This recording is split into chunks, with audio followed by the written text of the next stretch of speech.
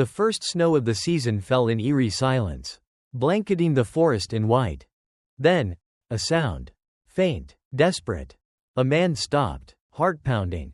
Something was out there, something struggling, pushing through the cold. He found it, a tiny wolf pup, shivering, alone. But as he stepped closer, his breath caught. Half buried in the snow lay a motionless figure. A full-grown wolf. What would you do in this situation? Share your thoughts in the comments and let us know which country you're watching from. The first snowflakes of the season drifted down from a sky painted in soft shades of gray. It was early winter in the Rockies, and though the snow had only just begun to fall, the air was already sharp with the promise of the bitter cold to come. A thin layer of white dusted the towering pines, clinging to the branches like delicate frost lace. The forest was quiet, the usual sounds of rustling leaves replaced by the muffled stillness that came with fresh snowfall. Daniel Carter pulled his coat tighter around himself as he navigated the narrow, winding trail. His breath came out in wisps of white, vanishing into the crisp air. He had spent the entire day trekking through the wilderness, his camera capturing the raw beauty of nature, the golden hues of dying autumn leaves. A lone stag standing regal against the backdrop of snow-dusted peaks. The first icy crystals forming along the edges of the river. He had planned to return to his cabin before nightfall. The forest was unforgiving after dark, and with the temperature steadily dropping, getting caught outside could mean trouble. But just as he adjusted the strap of his camera and turned to leave, a sound froze him in place. A high-pitched whimper, faint yet unmistakable, carried through the hush of the snowy woods. Daniel stood still, his ears straining. It came again, desperate and weak. His pulse quickened. He knew the sounds of the wild. This wasn't the cry of a bird or the rustling of wind through the trees. This was something else, something in distress. Against his better judgment, he followed the sound, stepping carefully through the fresh powder blanketing the ground. The snow crunched softly beneath his boots. The dim light of the setting sun cast long, eerie shadows between the trees. The sky now shifting from gray to deep indigo. And then, just ahead, curled at the base of a fallen tree, he saw it. A tiny wolf pup. Its fur, a mix of gray and white, was dusted with snow, blending almost seamlessly into the winter landscape. The pup was trembling, its large golden eyes filled with fear and confusion. It let out another whimper. Weaker this time. Daniel's heart clenched. He had seen young wolves before, always surrounded by their pack, playful and full of energy. But this one was alone, and that was never a good sign. He crouched down slowly, careful not to startle the pup. "Hey there, little one," he murmured, his voice barely above a whisper. The pup flinched but didn't run. It was too weak to move. Where was its mother? Its siblings? Wolves never left their young unattended, not unless something terrible had happened. As if in answer to his question, the wind shifted, carrying with it the faintest scent of blood. Daniel's stomach tightened. Not far from where the pup lay, half hidden beneath the underbrush, was a dark, motionless shape. A wolf, a fully grown female. His breath caught in his throat. The mother. The snow around her was stained with crimson. Deep gashes ran along her flank. Her thick winter coat matted with blood. She was breathing, but just barely, her body rising and falling in shallow, unsteady motions. The pup whimpered again, struggling to move toward her. Daniel swallowed hard, his pulse hammering. He had seen wounded animals before, had photographed the brutal, unfiltered reality of nature. But this was different. This was a mother who had fought to protect her pup, who had held on just long enough to ensure its survival. And now, she was dying. Daniel knelt beside her, his gloved fingers brushing against her thick fur. Her golden eyes fluttered open, locking onto his. There was no fear in them, only exhaustion, acceptance. A lump formed in his throat. The temperature was dropping fast, the snowfall growing heavier. He had to act quickly. If he left them here, neither would survive the night. With a deep breath, Daniel made his decision. He needed to get them both to safety. Daniel wasted no time. The snowfall was growing heavier, and the temperature was dropping fast. He could already feel the biting cold creeping through his gloves. If he didn't act now, the wolf mother and her pup wouldn't survive the night. The pup whimpered again, nuzzling against its mother's blood-matted fur.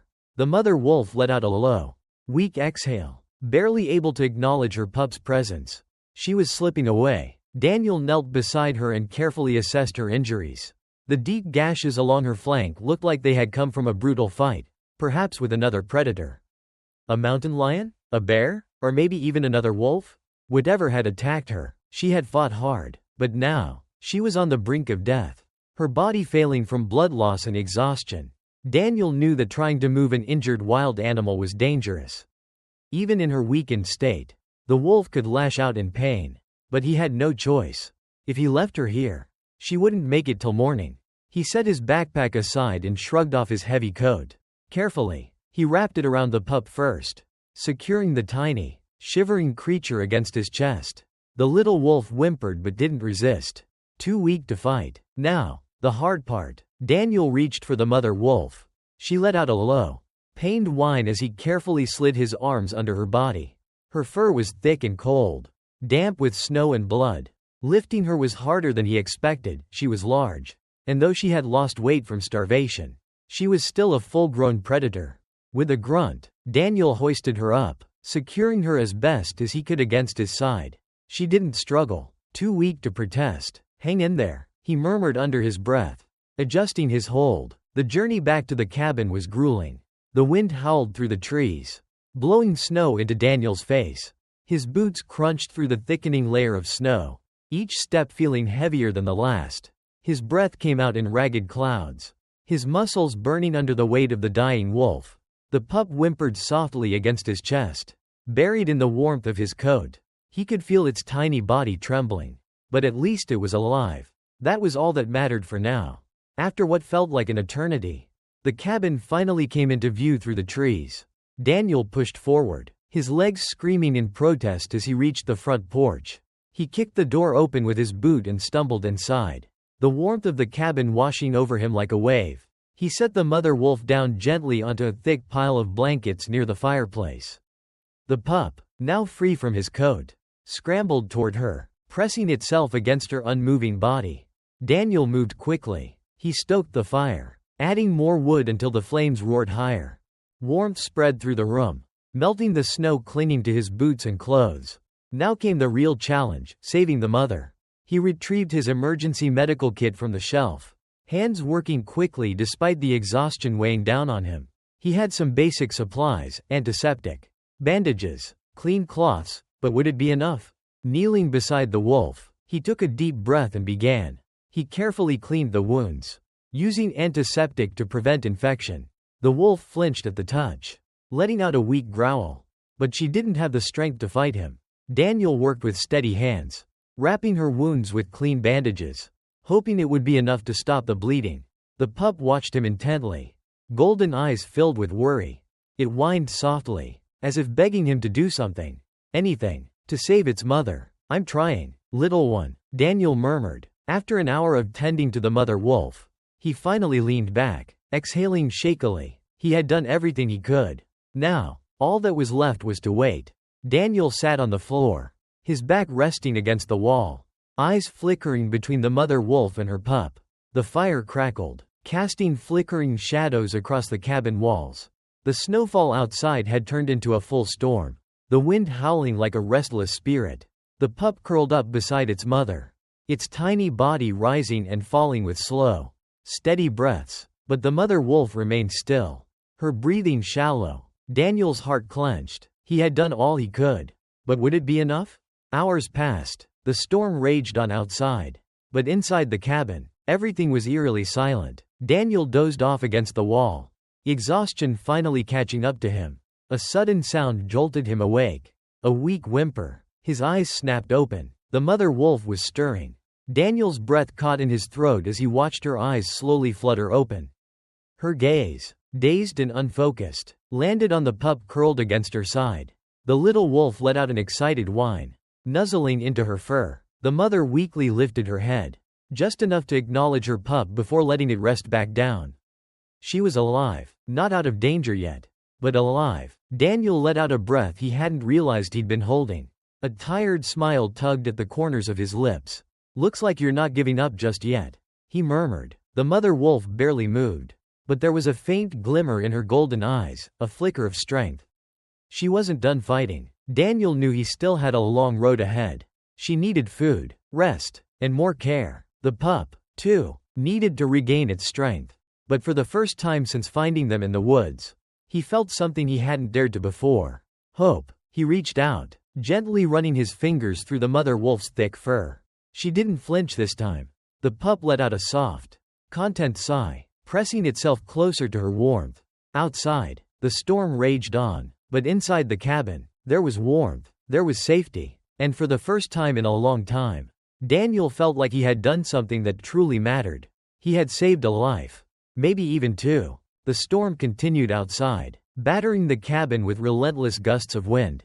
The snow piled higher against the windows, burying the world outside in an unbroken white expanse. But inside, warmth and life remained. Daniel sat beside the mother wolf, watching the slow, steady rise and fall of her chest. She was still weak, but the fact that she was alive was a miracle in itself. The pup had nestled into the curve of her body, its small form curled up tightly. It had stopped whimpering, and for the first time since Daniel had found it in the snow, it seemed at peace. Daniel exhaled, rubbing his tired eyes. He hadn't realized how much tension he'd been carrying until now. For the next few hours, he did everything he could to keep them comfortable. He melted some snow over the fire to get fresh water and placed a small bowl of it near the wolf's head. She barely stirred, her body too weak to move. But when Daniel gently dipped his fingers into the water and let a few drops fall onto her lips, she responded. Slowly, she licked the moisture, her body instinctively fighting for survival. Daniel's heart lifted. That's it, girl, he murmured. Stay with me. The pup, as if encouraged by its mother's movement, let out a small yip and pressed its nose into her side. The mother wolf let out a soft, weak huff in return. Daniel knew they weren't safe yet. The mother needed food, real food, something to replenish the energy she had lost. He had a few supplies, but not nearly enough to sustain a full-grown wolf. He would have to hunt. At first light, Daniel grabbed his rifle and bundled himself up against the cold. The storm had passed, but the snow was deep, and the forest was eerily silent in the aftermath. Every step was a struggle as he trudged through the knee-high drifts, scanning the landscape for any sign of movement. The wolves weren't the only ones in need of food. Many animals would be desperate after the storm. After hours of tracking, he spotted a small herd of deer moving carefully through the trees. He knew he didn't have the luxury of being choosy. He needed a clean shot. And he needed it now. Lining up his rifle, he held his breath and squeezed the trigger. A sharp crack split the air. The deer scattered, but one stumbled, collapsing into the snow. Relief flooded through Daniel. It wasn't easy to take a life, but he knew this kill would save two others. Dragging the carcass back to the cabin was exhausting, but when he stepped inside and saw the pup lift its head, eyes wide with anticipation, he knew it had been worth it. Daniel cut the meat into small, manageable pieces. He placed a few near the mother wolf, hoping the scent would rouse her. At first, she didn't react, but then, after a long pause, her nose twitched. Daniel held his breath. Slowly, painstakingly, the wolf lifted her head, her golden eyes flickering open. She sniffed the meat, then, hesitantly, licked at it. It wasn't much, but it was something. The pup, however, wasted no time. It eagerly nibbled at the pieces Daniel placed before it, tiny jaws working hungrily. As the mother wolf chewed, Daniel watched closely. This was the first real test. If she could eat, she had a chance. Minutes passed, then an hour. She finished what he had given her. Daniel let out a slow breath. She was fighting. Days passed. The mother wolf's strength slowly returned. She still moved gingerly, her body weakened by the ordeal. But each day, her golden eyes grew sharper. She no longer flinched when Daniel came near. One evening, as he sat by the fire, he felt her eyes on him. When he turned, she was watching him, calm, steady, no longer afraid. It wasn't submission. It wasn't dependence. It was understanding. She knew what he had done, and she trusted him. Weeks passed. The pup grew stronger, its playful energy returning in full force. It would pounce through the snow outside the cabin, tumbling over itself in excitement, chasing the wind. But the mother wolf? She was healing, and Daniel knew what that meant. One morning, as the sun cast long golden streaks across the snow, she stood at the door. She was ready. Daniel swallowed hard. He had known this moment would come. Opening the door, he stepped back. The mother wolf looked at him one last time. Then, with the pup trotting eagerly beside her, she stepped into the wild. Daniel watched as they disappeared into the trees. The forest had taken them once. Now, it had given them back. And somehow, he knew they would be okay. What do you think about today's story? Do you believe situations like this can happen in real life? If you have any thoughts or feedback, feel free to leave a comment below. And don't forget to subscribe to the channel so you won't miss any exciting stories. See you in the next video.